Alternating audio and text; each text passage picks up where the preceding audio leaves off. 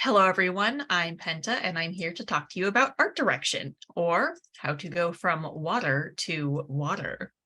Ing did a wonderful job in her talk on art direction. If you missed it earlier, I recommend watching the YouTube upload or just checking out her recording in the Speaker Links channel. We have some overlap, but I'm focusing on different points. So first, we'll start by looking at art styles from a technical point of view. Then we'll discuss some conceptual skills, as well as questions you can use when defining your game style. Finally, while I'll use my current project to demonstrate these ideas, there's quite a few examples from other developers. It's a lot to cover in 20 minutes, so let's get to it. Oh, one quick thing. Sure. Your windows kind of like stretch things, so there's black bars. If you can make it. Oh, is that better? It gets wider when you stretch it like sideways a little bit. Hold on. Yeah, because it's showing the top of the window, so it's a little weird. Okay, how is this? It's better. Okay. Yeah, I don't know why. It could be a screen width issue. Yeah, it's very much that. Okay. We'll just roll with it. It'll be fine. Okay. Sorry, I think that's as wide as I can get without covering my notes, which I kind of want. Well, okay. So briefly, who am I? I am currently the art director at Fine Feathered Fiends. I'm working on a game called Draculesti, which I'll talk about more later. Previously, I've made games you've never heard of. How to properly scope and finish projects is another talk. However, I did all the art in these images, the characters, the backgrounds, and the UI, and I really value having a strong visual identity in my work. So to achieve that kind of thing, it helps to be familiar with some basic qualities of art. So what makes one art style different from another? Here we have trailer art I drew for Catacomb Prince, a murder mystery romance with a charming sense of humor. And here's some fan art that I drew. The pose might be clear. This is the same character from the same artist, but there's very different energies in these two pieces of art. And we can look at specific qualities that explain why these feel so different. Now we can look from the technical point of view. This is the quality, like the qualities of the art itself. So the lines, are they sketchy, bold? Are they present at all? The value, is it light? Is it dark? What's the contrast like? There's color, is it bright, dull? We can talk about specific color choices or what association those choices have. And we can look at the level of detail. Is it simple? Is it intricate? Now there are these conceptual skills, but I'm going to talk in more detail about those later. However, to illustrate these points, I would like to call on the iconic Hatsune Miku. Now, here on the left, we have the original Hatsune Miku as used on her box art. There are subdued colors with an emphasis on teal and an accent of red. There's this smooth shading that works to create a soft, cute impression. On the right, we have her Vocaloid 3 English box art, which has brighter colors, they're more saturated, and there's just more of them overall, as well as sharper lines and this angular shading and this dynamic high energy pose that all combines to convey a sense of coolness. So you have Miku and the cooler Miku. Sometimes modifying art helps you compare these things, especially looking at value using grayscale. Now the left Miku has less contrast while the right Miku has higher contrast. That low contrast creates that soft feeling, while the high contrast helps create that bold feeling. You can learn a lot when you look at art through a technical lens like this and think about why it feels a certain way, what makes things feel cute or cool. And again, Ing had a great section on demonstrating some specifics about this.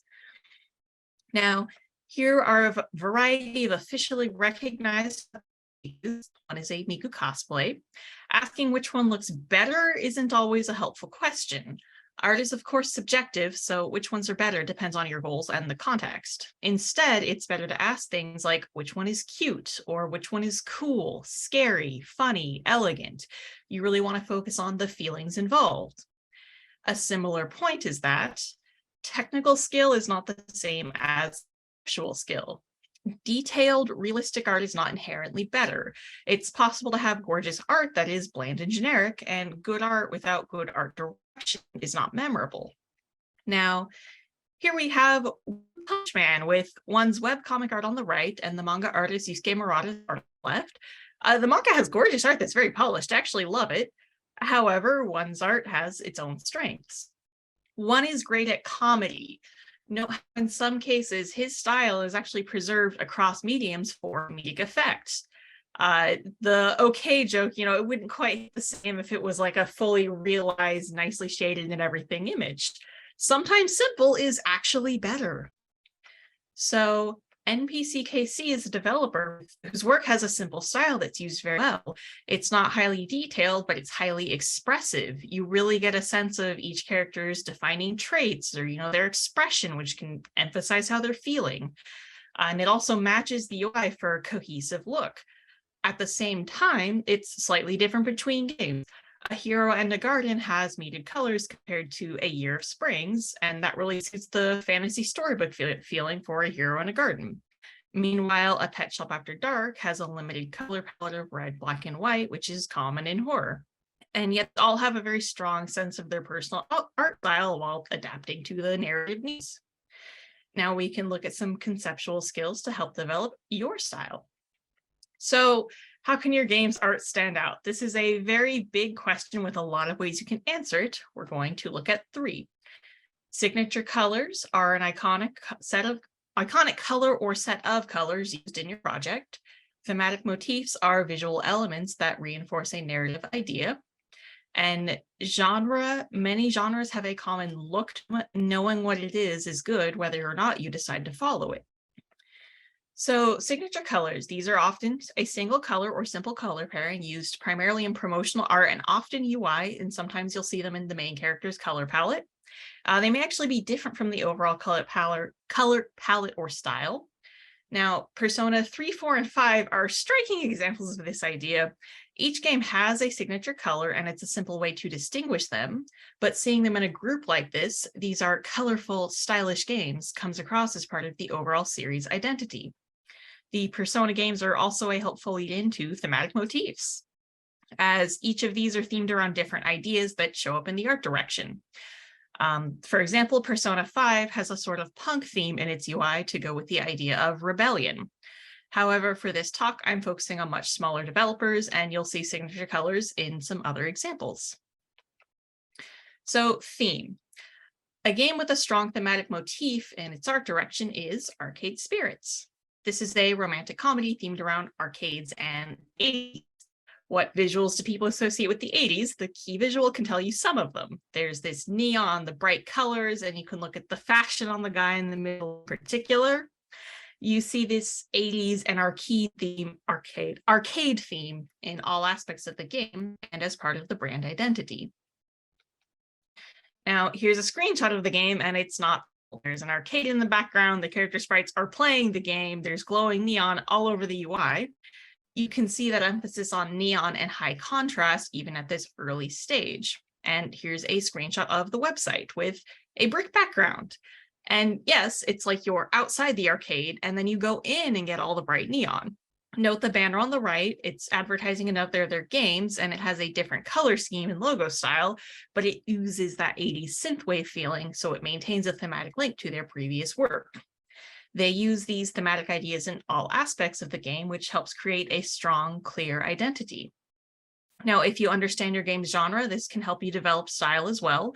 Like mentioned, Arcade Spirits is romantic comedy, and you often see bright, fun visuals in lighthearted romance and comedy games. However, it helps if you can be more specific when discussing genre than something like rom-com. So, LCB Game Studio is very good at this. Mothman 1966 is a pixel pulp, a visual novel fusing exceptional writing and stunning illustration inspired by mid-20th century pulp fiction and 80s home computer graphics, set amongst the strange occurrences of the Leonid meteor shower of 1966. There's a lot going on in that description. You have pixel pulp as a strong personal identity beyond horror, and I read that whole thing because it conveniently tells you their inspirations, which you could probably get a sense of at least the 80s home computer graphics by the screenshots.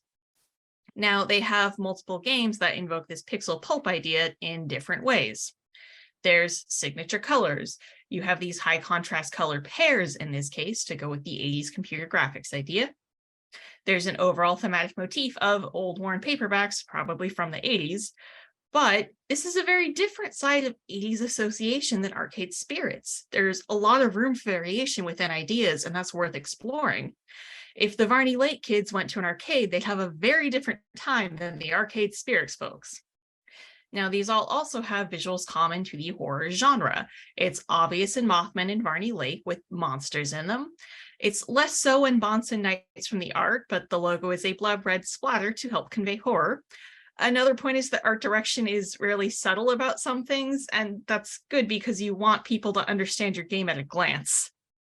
Now, will pixel pulp take off as a larger genre? I'd be surprised, but the way these developers use it helps them stand out.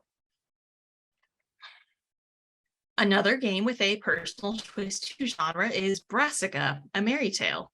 Everything by Boys Left Plus has very strong art direction. I just highly recommend checking them out. Now, between the font, the browns, and the character designs, you can tell this is fantasy, and there's someone doing magic in case it wasn't clear enough. However, as we look at the character designs in particular, there's a bit more to it. Here is a game screenshot, and like I mentioned, yes, the visual elements, it's very fantasy, but the characters in particular look a bit different. And one of their developer logs talks about the art style and why they made certain decisions. I'll link the full thing later, but there's a quote I want to highlight that is, "A fairy tale told in contemporary voice." So for the characters, this came out as modern sportswear being worked into their designs. This also applies to the UI. There is a fantasy feeling, but there's a bit of modern sleekness to it that helps it match the character designs. And the UI was also inspired by puppet theater, so it delivers this gameplay information of setting and time with a distinct thematic motif. They thought about working in the genre beyond the broad category of fantasy. That was the starting point, but then they added a personal touch. Now, some of you might be wondering, but what if I'm not an artist? What if you're not an artist? You can still learn about things like color theory or what kind of feelings art invokes without making it, because art direction is not the same thing as making the art.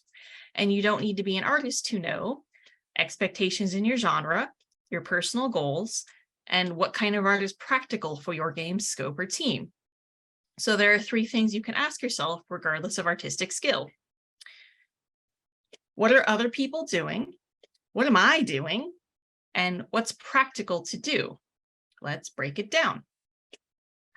What are other people doing? Also known as market research. Another one of those very big topics you could give an entire talk on, but one thing I want to highlight about it is that it's important to identify comp titles. These are comparative titles. They're similar to your game in content and style, and they occupy a similar spot in the market. If you're at this talk, you're probably making a visual novel.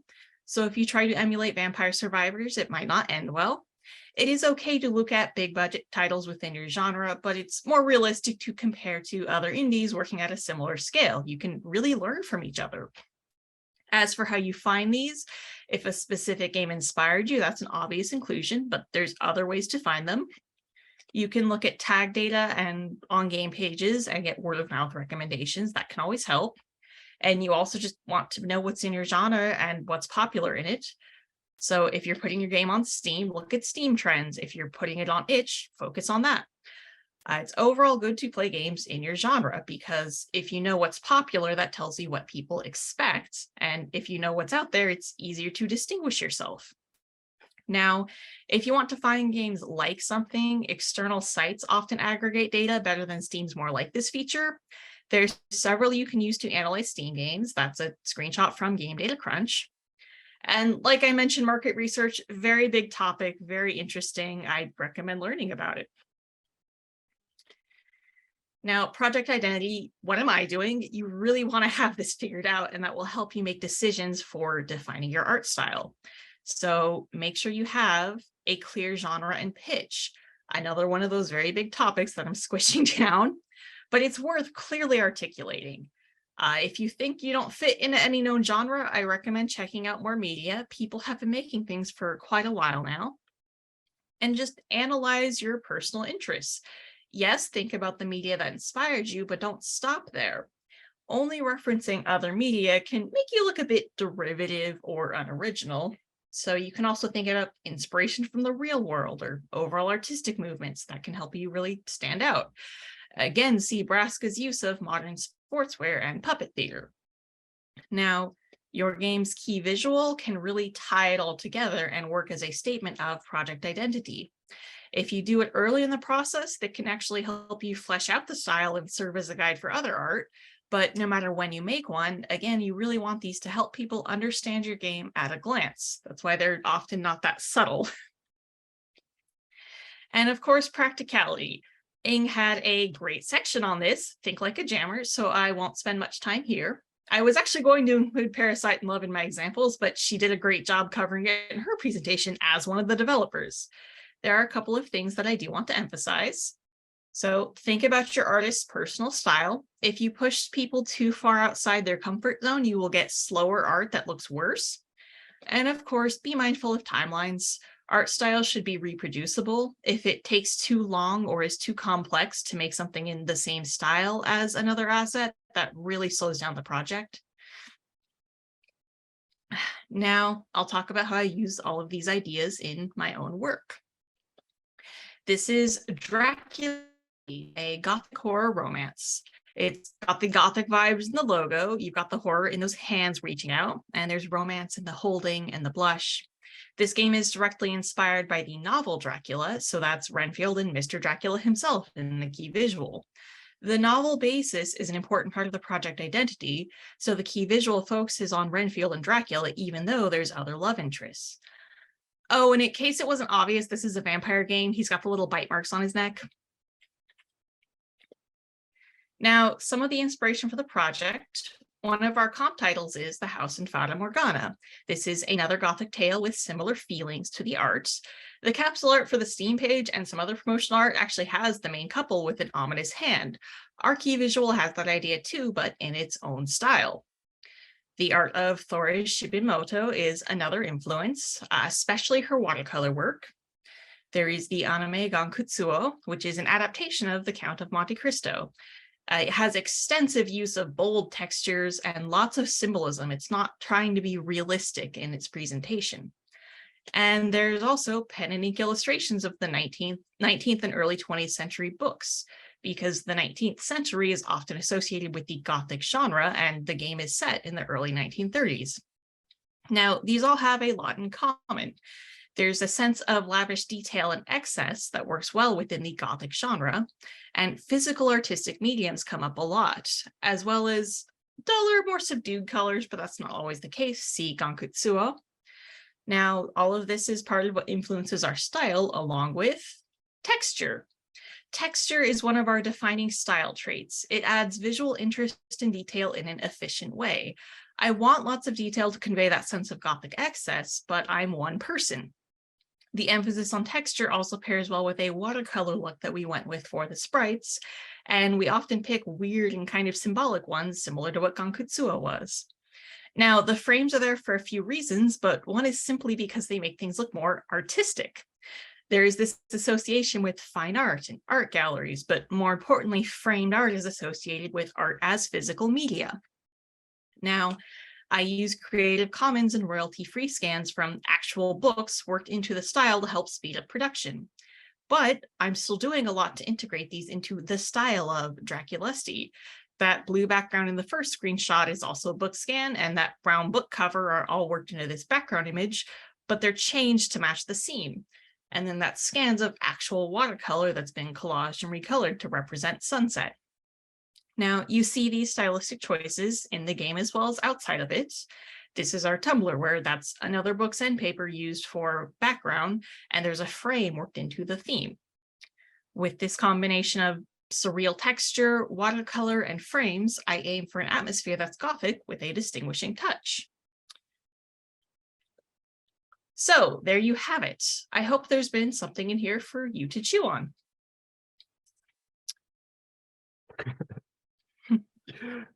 Yeah. Oh man. All right, chat, settle down.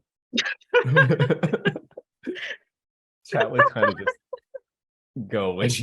Wow. Well, I had chat closed during that. So thank you for the kind words.